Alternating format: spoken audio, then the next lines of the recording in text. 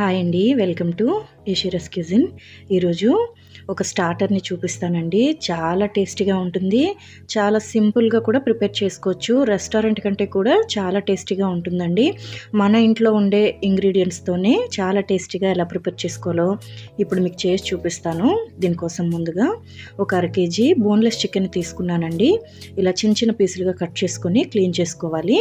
ఇప్పుడు దీనిలో ఒక 1 టేబుల్ స్పూన్ బ్లాక్ పెప్పర్ని వేసుకోవాలి. అలాగే రుచికి సరిపడా ఉప్పును కూడా వేసుకోవాలండి.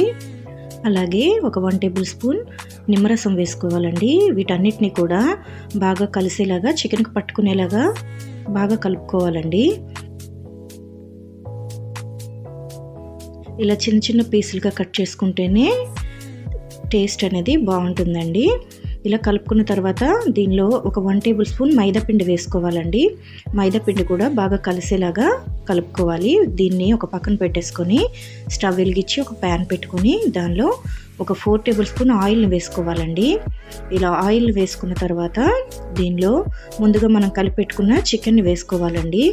ఇలా చికెన్ అంతా కూడా వేసేసుకొని ఫ్లేమ్ని లో ఫ్లేమ్లో పెట్టుకొని మూత పెట్టి చికెన్ అనేది సాఫ్ట్గా అయ్యే వరకు కుక్ చేసుకోవాలండి. ఇలా మధ్య మధ్యలో తీసి కలుపుకుంటూ కుక్ చేసుకోవాలండి.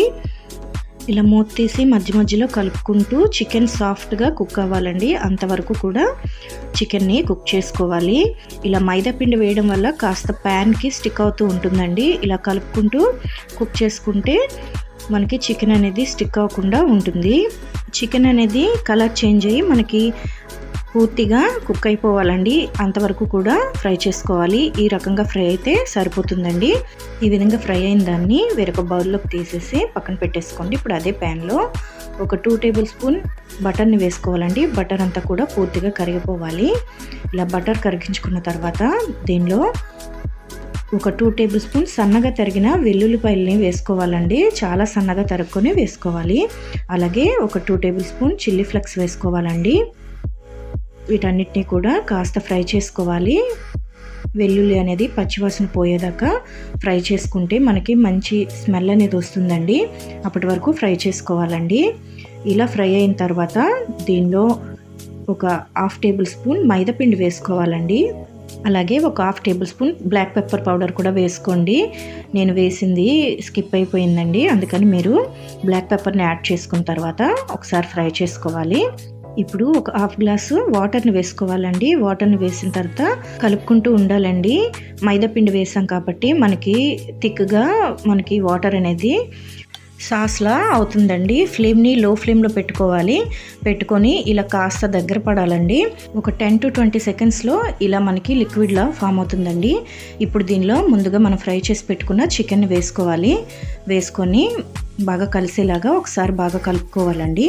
ఫ్లేమ్ని లో ఫ్లేమ్లోనే పెట్టుకోవాలి.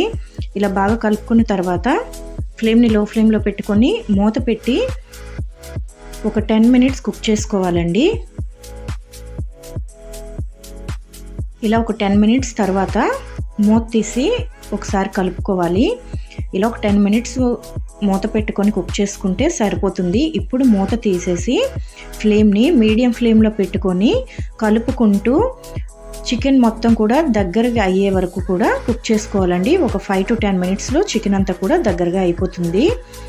ఇలా కలుపుకుంటూ సాస్ అంతా కూడా చికెన్కి పట్టుకునే వరకు ఇలా ఫ్రై చేసుకోవాలండి. High to medium flame adjust చేసుకుంటూ చికెన్ అనేది దగ్గర పడే వరకు ఇలా ఫ్రై చేసుకోవాలండి. వీడియోలో చూపిస్తున్న విధంగా ఫ్రై చేసుకుంటే సరిపోతుందండి. ఫైనల్గా కాస్త సన్నగా తరిగిన కొత్తిమీరని యాడ్ చేసుకోవాలి. ఇంతే అండి. ఒకసారి బాగా కలుపుకొని స్టవ్ ఆఫ్ చేసేసి సర్వ్ చేసుకుంటే చాలా బాగుంటుందండి. మనం రెస్టారెంట్స్కి వెళ్ళేటప్పుడు ఇలా బటర్ గార్లిక్ చికెన్ని మనం ఆర్డర్ చేస్తూ ఉంటామండి. దాన్ని సింపుల్గా అలాగే టేస్టీగా ఇంట్లోనే మనం చాలా తక్కువ ఇంగ్రీడియంట్స్తో టేస్టీగా ప్రిపేర్ చేసుకోవచ్చండి. మీరు కూడా ఒకసారి ఈ విధంగా ట్రై చేయండి. చాలా బాగుంటుంది.